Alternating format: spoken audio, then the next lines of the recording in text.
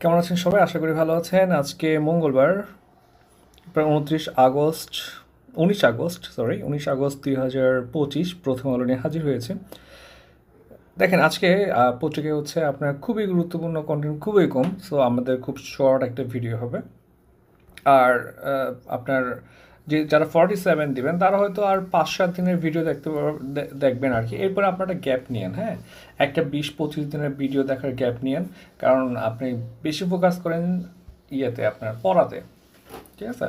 So আপনি আবার 47 প্লেটে দিয়ে এরপর আবার কামব্যাক করবেন, কেমন? কারণ প্রশ্ন হয়ে যাবে ইন দ্য মিন টাইমে। আর একদম রিসেন্ট দু একটা আসে, এগুলোর জন্য আসলে তো প্যানিক করার কিছু নাই। গতকালকে ভিডিও যারা দেখেন নাই, প্রথম 6 মিনিট দেখে নিয়েন ভাই, অনেক কাজে আসবে। এই 6 মিনিট নিয়ে আমি আলাদা একটা ভিডিও আপ করবো ইনশাল্লাহ, বা আমি সেই ভিডিওটাকে হচ্ছে ক্রপ করে আপ করবো।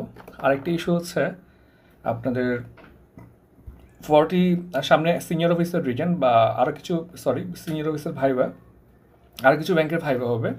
তো ট্রাই করবো আর কি যে ভাইবা নিয়ে একটা ছোটো করে ভিডিও বানাবো, যাতে করে আপনি কম পড়েই মোটামুটি যাতে একটু ভাইবাটা ক্র্যাক কীভাবে করা যায় বা ভালো একটা নাম্বার পাওয়া যায়।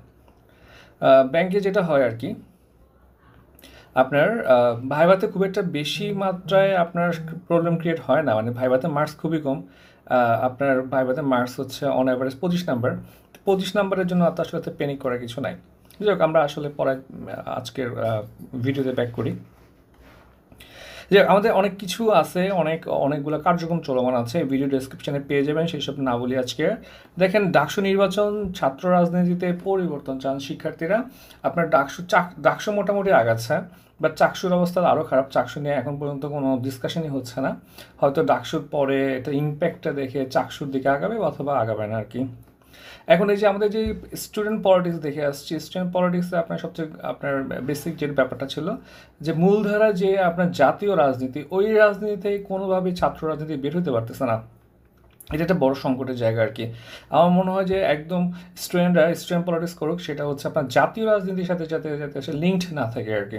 অথবা ধরেন লিঙ্ক থাকলেও একদম বর্তমানের মতো এক্সট্রিম লেভেলের, মানে একটা, মানে এটাও একটা জাতীয় রাজনৈতিক দল আকারে চলে আসার মতো না হলে বেটার আর কি। দেখেন, অ্যাম্বুলেন্স সেবাকে একই নেটওয়ার্কের আওতায় আনতে হবে।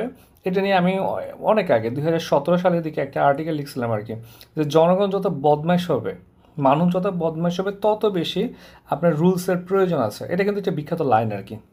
আমি ঠিক এক্সাক্ট মনে করতে পারছি না এটা লাইনটা কার। যে আপনার ব্যাপারটা হচ্ছে এরকম, যে আপনার জনগণ যদি সৎ হয় তাহলে আইনের প্রয়োজন হয় না, আর জনগণ অসৎ হইলে আইন কাজে আসে না। এটা প্লেটোর বা কারো একজনের লাইন আর কি, বিখ্যাত লাইন। সো এটা কিন্তু খুবই গুরুত্বপূর্ণ একটা